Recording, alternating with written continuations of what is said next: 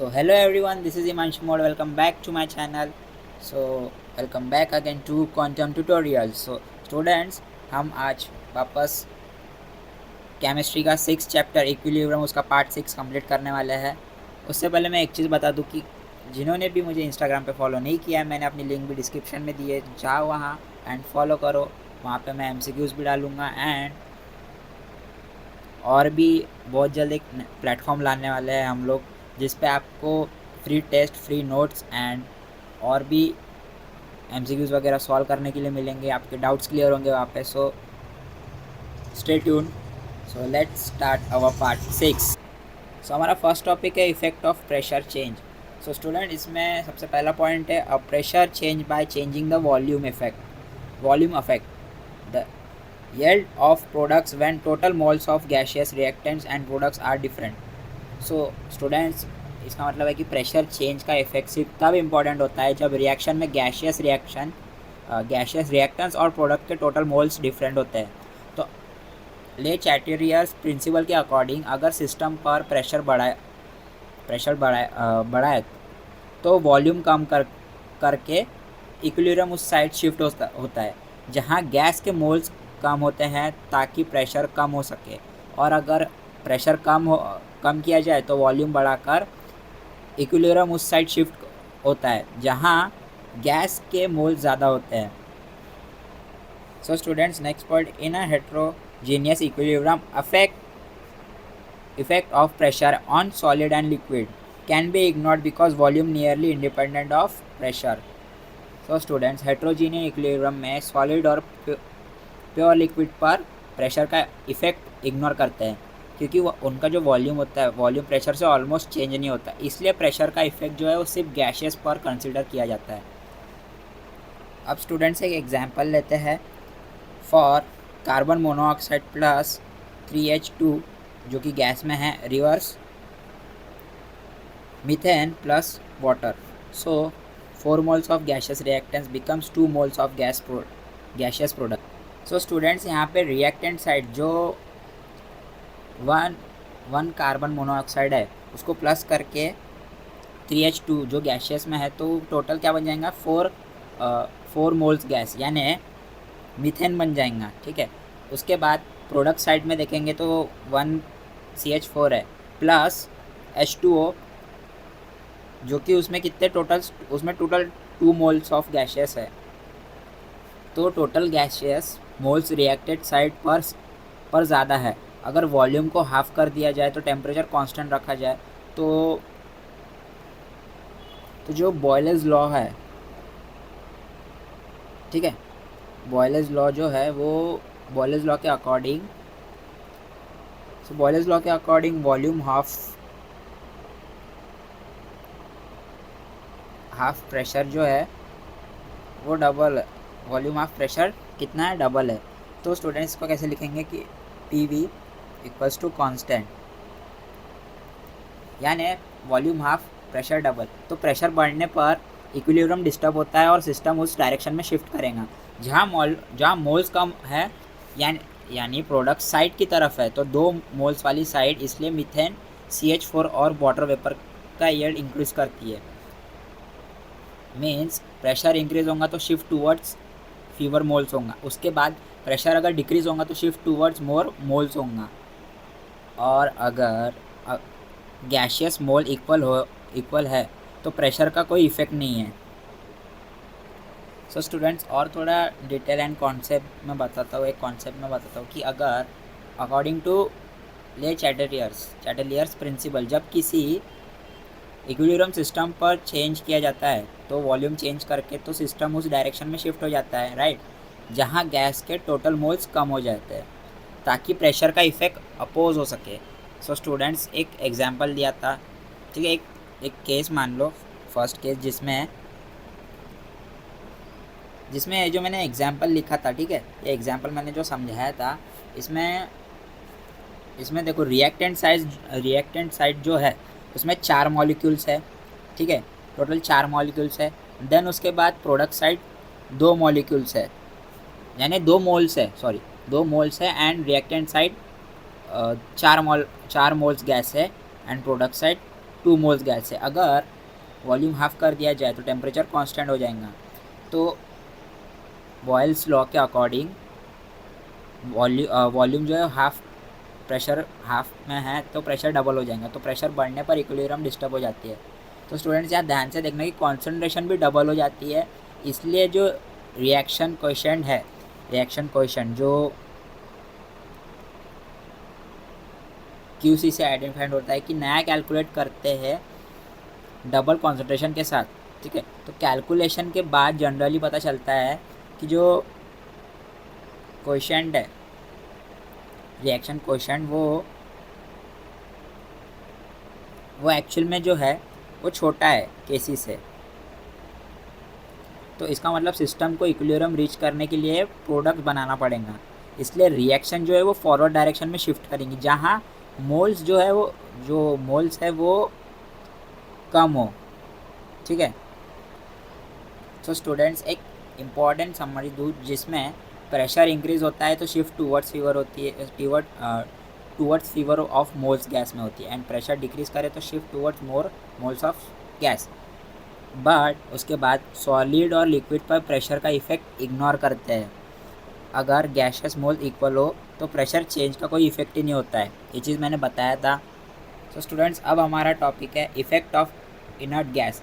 सो inert gas add करने से equilibrium पर क्या इफेक्ट होता है वो हम जानेंगे। सबसे पहले इनर्ट गैस क्या होता है। इनर्ट गैस जो होता है स्टूडेंट, इनर्ट गैस जो है जैसे ऑर्गन्स, आर्गन जो है, आर्गन, तो आर्गन रिएक्शन में जो पार्टिसिपेट नहीं करता है तो ये रिएक्टेंट्स या प्रोडक्ट्स नहीं होते हैं। यानी इनर्ट गैस जैसे आर्गन रिएक्शन में पार्टिसिपेट नहीं करता है तो ये रिएक्टेंट्स या प्रोडक्ट नहीं होता है। सो स्टूडेंट्स, कांस्टेंट वैल्यू पर इनर्ट गैस ऐड करने पर क्या होता है। इनर्ट गैस जो है ऐड करने पर अगर वॉल्यूम सेम रखा जाए और इनर्ट गैस ऐड किया जाए तो इक्विलिब्रियम जो होता है वो डिस्टर्ब नहीं होता है। सो इक्विलिब्रियम जो है वो इक्विलिब्रियम रिमेन्स अनडिस्टर्ब। देन उसके बाद पार्शियल प्रेशर इफेक्ट में क्या होता है कि addition of an inert gas at constant volume does not change the partial pressure. Means constant volume पर इनर्ट गैस ऐड करने से रिएक्टेंट्स और प्रोडक्ट के पार्शियल प्रेशर चेंज नहीं होते हैं। उसके बाद molar concentration of the substance involve in the reaction remain unchange. यानी क्योंकि वॉल्यूम चेंज नहीं हुआ तो इसलिए रिएक्शन में इन्वॉल्व सब्सटेंस की कॉन्सेंट्रेशन जो होती है, इन्वॉल्व सब्सटेंस की कॉन्सेंट्रेशन वो अनचेंज रहती है, यानी सेम ही रहती है। उसके बाद the reaction of coefficient change only if added gas in reactants और product involve in the reaction. So reaction coefficient तभी चेंज होगा जब जो गैस ऐड की गई है वही रिएक्टेंट्स या प्रोडक्ट्स हो। अगर इनर्ट गैस है तो रिएक्शन में इन्वॉल्व नहीं होता है, क्यों, जो कोएफिशिएंट है कोएफिशिएंट चेंज नहीं होगा। So students, constant value, constant जो कांस्टेंट वॉल्यूम है, constant volume plus inert gas, उसमें क्या होगा, नो चेंज इन इक्विलिब्रियम।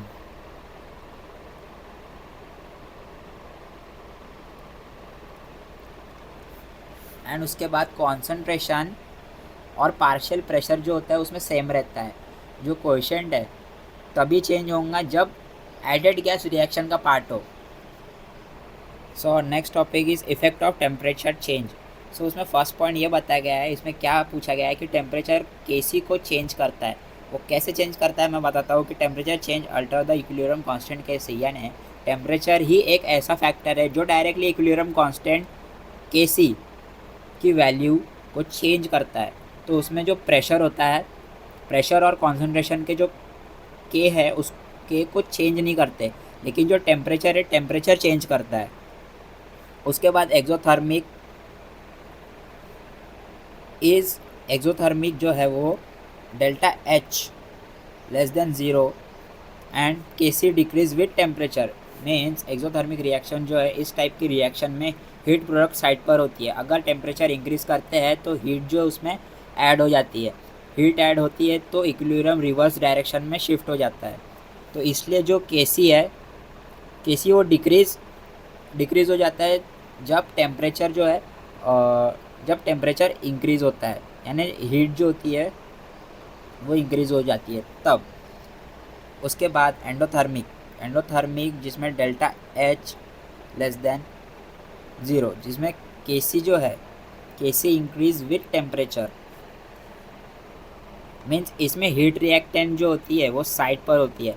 अगर टेम्परेचर इंक्रीज करता है तो इक्विलिब्रियम फॉरवर्ड डायरेक्शन में शिफ्ट हो जाती है। तो इसलिए जो इसमें केसी है, केसी जो है वो इंक्रीज हो जाता है और टेम्परेचर बढ़ता है। उसके बाद student, temperature affect equilibrium position and reaction rates, यानी टेम्परेचर इक्विलिब्रियम पोजीशन और रेट दोनों इफेक्ट करता है। जैसे जब टेम्परेचर बढ़ने से रिएक्शन की जो स्पीड रेट होती है ना, तो स्पीड रेट भी बढ़ती है, लेकिन इक्विलिब्रियम किस साइड में होगा ये रिएक्शन के nature exo and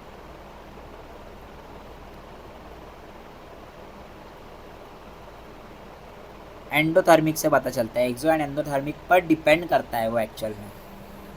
so students एक एग्जांपल दे रहा हूँ मैं, ठीक है, ताकि कॉन्सेप्ट समझे आपको। सो ये एग्जांपल ये है कि इसमें nitrogen gas, hydrogen gas and ammonia दिया है, ठीक है। तो स्टूडेंट इसमें N2 + 3H2 is in reversible equilibrium with 2NH3। उसके बाद तो student delta H equals to -92.38 kilo joule per mole. तो इसमें सबसे पहले स्टेप देखेंगे कि जो डेल्टा H जो है नेगेटिव पे है, तो इसका मतलब रिएक्शन एक्सोथर्मिक है, यानी फॉरवर्ड डायरेक्शन में हीट रिलीज़ हो रही है। तो इसको ऐसे लिख सकते हैं कि nitrogen plus hydrogen reversible ammonia plus heat, यानी एक लिख के दिखाता हूँ कि N2 + 3H2 reversible 2NH3 plus heat, मतलब हीट प्रोडक्ट साइड पर है ना। तो जब टेम्परेचर बढ़ाना है तो सिस्टम हीट ऐड करना, क्योंकि हीट ऑलरेडी प्रोडक्ट साइड पर है। तो एक्स्ट्रा हीट करने पर सिस्टम उस हीट को कम करने की कोशिश करता है। तो ले चैटर प्रिंसिपल के अकॉर्डिंग सिस्टम अपोजिट डायरेक्शन में शिफ्ट करेगा हीट कंज्यूम करने के लिए, इसलिए इक्विलिब्रियम लेफ्ट साइड रिएक्टेंस की तरफ शिफ्ट होता है। तो अमोनिया का यील्ड कम हो जाता है, और अगर टेम्परेचर डिक्रीज़ करे तो इक्विलिब्रियम राइट साइड शिफ्ट करेगा, तो जो NH3 का यील्ड है वो इंक्रीज़ होगा। सो स्टूडेंट सबसे पहले हमने क्या पढ़ा, इफेक्ट ऑफ प्रेशर चेंज, ठीक है। मैं पूरे चैप्टर का ये जो आज के जो 3 टॉपिक है वो पूरे तीनों टॉपिक का फिर से रिकैप ले रहा हूँ, सो आपको बेटर समझ में आया। जब किसी गैसियस इक्विलिब्रियम सिस्टम में प्रेशर चेंज किया जाता है bye changing the volume temperature constant रखकर, तो इक्विलिब्रियम डिस्टर्ब हो जाता है। देन उसके बाद प्रेशर का इफेक्ट सिर्फ तब सिग्निफिकेंट होता है जब रिएक्टेंस और प्रोडक्ट के टोटल गैसियस मोल्स डिफरेंट हो। ओके, देन अगर हेट्रोजीनियस इक्विलिब्रियम जिसमें सॉलिड और लिक्विड प्रेजेंट होता है, तो प्रेशर का इफेक्ट सॉलिड और लिक्विड पर इग्नोर करते हैं, क्योंकि वॉल्यूम प्रेशर से ऑलमोस्ट चेंज नहीं होता। तो जो मैंने एग्जांपल दिया था यहाँ पे, ठीक है, तो एग्जांपल क्या कहता है कि यहाँ रिएक्टेंट साइड पर टोटल 4 मोल्स ऑफ गैसेस है, ठीक है, 4 मोल्स ऑफ गैसेस है, तो और प्रोडक्ट साइड पर 2 मोल्स ऑफ गैसेस है। अगर वॉल्यूम हाफ कर दिए जाए तो बोयस लॉ जो क्या कहता है कि PV = कांस्टेंट, यानी प्रेशर बढ़ाने पर सिस्टम उस साइड शिफ्ट करता है जहां गैस के मोल्स कम हो, यानी प्रोडक्ट साइड। इसलिए मीथेन का यील्ड इंक्रीज होता है इसलिए। सो स्टूडेंट्स, ले चैटलायर प्रिंसिपल के अकॉर्डिंग सिस्टम हमेशा उस डायरेक्शन में शिफ्ट करता है जो अप्लाइड स्ट्रेस को अपोज कर रहे हैं। जब वॉल्यूम हाफ होता है ना, तो कॉन्सेंट्रेशन डबल हो जाती है और नया रिएक्शन जो कोएफिशिएंट QC, ठीक है, कैलकुलेट किया जाता है। अगर कैलकुलेशन से जो QC is less than KC आए तो रिएक्शन फॉरवर्ड डायरेक्शन में प्रोसीड करेंगी ताकि जो इक्विलिब्रियम है इक्विलिब्रियम रिस्टोर हो सके। यहाँ फॉरवर्ड डायरेक्शन में जो गैस है, एक एग्जांपल दिया मैंने, एक दूसरा एग्जांपल देता हूँ, ठीक है।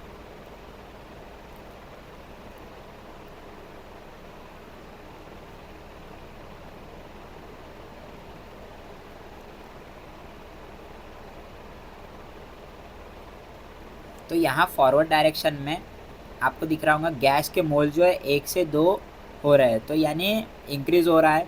और अगर प्रेशर इंक्रीज करे तो सिस्टम मोल्स वाली जो साइड का प्रेफर करेगा, इसलिए रिएक्शन रिवर्स डायरेक्शन में शिफ्ट करेंगी, राइट। उसके बाद student effect of inert gas, जिसमें इफेक्ट ऑफ इनर्ट गैस में क्या बताया गया है कि अगर वॉल्यूम कांस्टेंट रखा जाए और इनर्ट गैस जैसे जो आर्गॉन है, आर्गॉन ऐड किया जाए तो इक्विलिब्रियम पर कोई इफेक्ट नहीं होता है। रीज़न ये है कि कांस्टेंट वॉल्यूम पर रिएक्टेंस और प्रोडक्ट के पार्शियल प्रेशर चेंज नहीं होते, उनकी मोलार कॉन्सेंट्रेशन भी सेम रहती है, लेकिन सिर्फ टोटल प्रेशर बढ़ता है तो रिएक्शन कोएफिशिएंट सेम रहता है, इसलिए इक्विलिब्रियम डिस्टर्ब नहीं होता है। रिएक्शन कोएफिशिएंट जो है वो तभी चेंज होगा जब एडेड गैस रिएक्शन का पार्ट हो, यानी रिएक्टेंट्स या प्रोडक्ट्स हो। उसके बाद student effect of temperature change, जिसमें first point temperature changes alter the equilibrium constant KC। Then exothermic, जो डेल्टा H से ज़्यादा बड़ा 0 हो तो KC decrease with temperature, and endothermic delta H less than 0, जिसमें KC increases with temperature. Temperature affects equilibrium position and reaction rates. तो students temperature ही एक ऐसा फैक्टर है जो इक्विलिब्रियम कांस्टेंट KC की वैल्यू को चेंज करता है। एक्सोथर्मिक में delta H negative heat product side पर होती है, तो अगर टेम्परेचर इंक्रीज करे तो इक्विलिब्रियम रिवर्स डायरेक्शन में शिफ्ट करेगा और KC डिक्रीज हो जाएगा। तो एंडोथर्मिक रिएक्शन में डेल्टा H पॉजिटिव है तो टेम्परेचर इंक्रीज करने पर इक्विलिब्रियम जो है फॉरवर्ड डायरेक्शन में शिफ्ट करेगा और KC इंक्रीज हो जाएगा। तो स्टूडेंट्स टेम्परेचर इक्विलिब्रियम पोजीशन के साथ साथ रिएक्शन रेट को भी अफेक्ट करता है। सो स्टूडेंट मैंने एक एग्जांपल दिया था नाइट्रो गैस एंड हाइड्रोजन और अमोनिया।